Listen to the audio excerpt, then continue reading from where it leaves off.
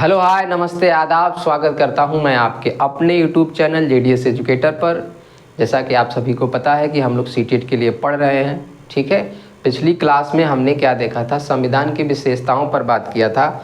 और संविधान की विशेषताओं में हमने क्या पढ़ा था, संविधान की विशेषताओं में हमने संघवाद के बारे में पढ़ा था, संसदीय शासन प्रणाली के बारे में पढ़ा था। उसके बाद हमने शक्तियों के विभाजन पर बात किया था। फिर हमने नेक्स्ट क्या देखा था, सेकुलरिज्म देखा था। और आज हम बात करेंगे मौलिक अधिकार के बारे में बात करेंगे। भारतीय संविधान में मौलिक अधिकार सभी भारतीय व्यक्तियों को प्राप्त है, ठीक है। मौलिक अधिकारों की संख्या पहले कितनी थी, 7 थी। लेकिन मौलिक अधिकार में जो संपत्ति का अधिकार था यानी राइट टू प्रॉपर्टी था, उसको हटाकर 6 कर दिया गया। तो अब मौलिक अधिकारों की संख्या कितनी है, 6 है। तो समझते हैं कि मौलिक अधिकार क्या है। यह ऐसे अधिकार हैं जो प्रत्येक भारतीय व्यक्ति को प्राप्त है। इन अधिकारों से नागरिकों में एक सुरक्षा का भाव पैदा होता है। यानी मौलिक अधिकार क्या देता है, हमें सुरक्षा देता है। इस बात को कैसे समझेंगे, मान लीजिए कि हमारे साथ कोई कुछ गलत न कर दे, किस आधार पर, जाति के आधार पर, हमें शिक्षा से वंचित न किया जाए, ठीक है। ऐसे अधिकार हमें देता है। तो इन अधिकारों के बारे में हम पढ़ेंगे, ठीक है।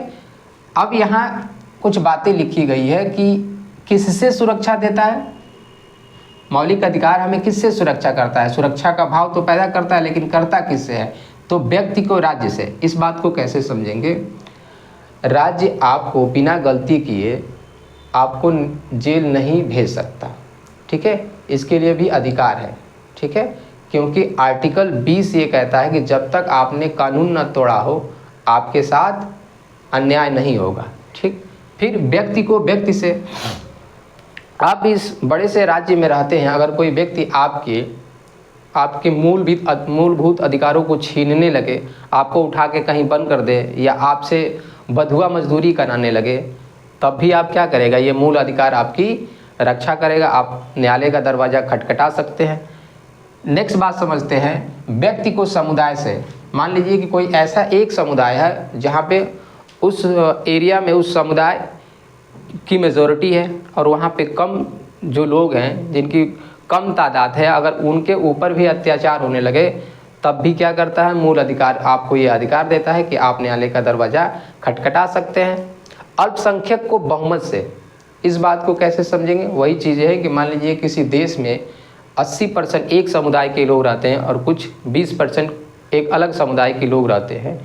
जो अधिक समुदाय वाले लोग हैं, अगर कम समुदाय वाले जो लोग हैं उनके साथ अगर कुछ गलत करने लगे, जैसे ये कहने लगे कि हम जिस धर्म को पालन करते हैं, ज़बरदस्ती किसी धर्म का पालन करवाने लगे, ठीक है, अपनी बात मनवाने लगे, तो इस आधार पर भी आप क्या कर सकते हैं, न्यायालय का दरवाज़ा खटखटा सकते हैं, ठीक है। बात करते हैं कि मौलिक अधिकारों की संख्या संविधान पारित होने के समय कितनी थी, 7 थी। हमने बताया कि जब संविधान पारित हो रहा था तो उस समय मौलिक अधिकार कितने रखे गए थे, 7। परंतु संपत्ति के अधिकार को यानी राइट टू प्रॉपर्टी को 44वां संविधान संशोधन 1978 में क्या कर दिया गया, हटा दिया गया। और इसे हटाकर अनुच्छेद 300A के अंतर्गत कानूनी अधिकार बता दिया गया। ये बात तब स्टार्ट हुई, केशवानंद भारती बनाम केरल राज्य की बात है, क्योंकि उनकी मठ की ज़मीन थी और सरकार विकास के काम में क्या करना चाहती थी। मैं आपसे एक प्रश्न पूछता हूँ कि अगर भारत में, या ऐसे समझिए कि आपकी ज़मीन, ठीक है, उस निर्माण कार्य में पड़ रही है जहाँ सरकार विकास का काम करना चाहती हैं, और आपसे सरकार ये कहे कि आप इस ज़मीन का मुआवजा ले लीजिए और ये ज़मीन दे दीजिए, इस ज़मीन की जितनी रेट है उससे अधिक ले लीजिए, लेकिन आप इस बात पर तैयार नहीं होते हैं और आप न्यायालय चले जाते हैं, क्योंकि मूल अधिकार क्या है, आपके ये मूल अधिकार हैं, ठीक है। आप अपने फंडामेंटल राइट्स के थ्रू क्या चले जाते हैं, न्यायालय चले जाते हैं। तो बताइए कि निर्माण का कार्य कैसे हो पाएगा। तब तो कोई भी व्यक्ति जिसके पास प्रॉपर्टी है और संविधान निर्माण भारत की अगर विकास की बात की जाए उसमें एक तरीके से उत्पन्न कर सकता है ना, समस्या उत्पन्न कर सकता है। तो इसीलिए संपत्ति के अधिकार को क्या कर दिया गया, एक लीगल राइट्स बना दिया गया, एक लीगल मामला बना दिया गया। ठीक है, अब बात करते हैं जब संपत्ति के अधिकार को हटा दिया गया तो अब मूल अधिकारों की संख्या कितनी हो गई? 6 हो गई। अब इन्हीं 6 को हम लोग समझेंगे। तो मौलिक अधिकारों की संख्या कितनी है? 6। पहला क्या है? समानता का अधिकार। समानता का अधिकार यानी इसके लिए जो आर्टिकल दिए गए हैं 14 से 18 है। फिर स्वतंत्रता का अधिकार यानी राइट टू फ्रीडम, आर्टिकल की बात करें तो आर्टिकल 19 से लेकर 22 तक क्या है? स्वतंत्रता का अधिकार है। फिर तीसरा अगर अधिकार की बात करें तो शोषण के विरुद्ध अधिकार, ठीक है, यानी राइट अगेंस्ट एक्सप्लॉयटेशन, आपके विरुद्ध, आपके लिए कोई, आपके साथ कोई शोषण नहीं कर सकता। ठीक है, तो इसके लिए जो अधिकार दिए गए हैं वो 23 से 24, इसको हम डिटेल में पढ़ेंगे अभी। ठीक है, उसके बाद जो छठा अधिकार है संवैधानिक उपचारों का अधिकार, अनुच्छेद 32, ठीक है, जिसे भीमराव अंबेडकर ने संविधान की आत्मा भी कहा। ठीक है, अब इस बात को आगे समझते हैं। समानता के अधिकार यानी राइट टू इक्वालिटी, अनुच्छेद 14 से 18। ठीक, कानून की दृष्टि में, यानी कि कानून की दृष्टि में सभी व्यक्ति क्या है? समान है, यानी every person equal before the law, यानी सभी व्यक्ति के लिए क्या है?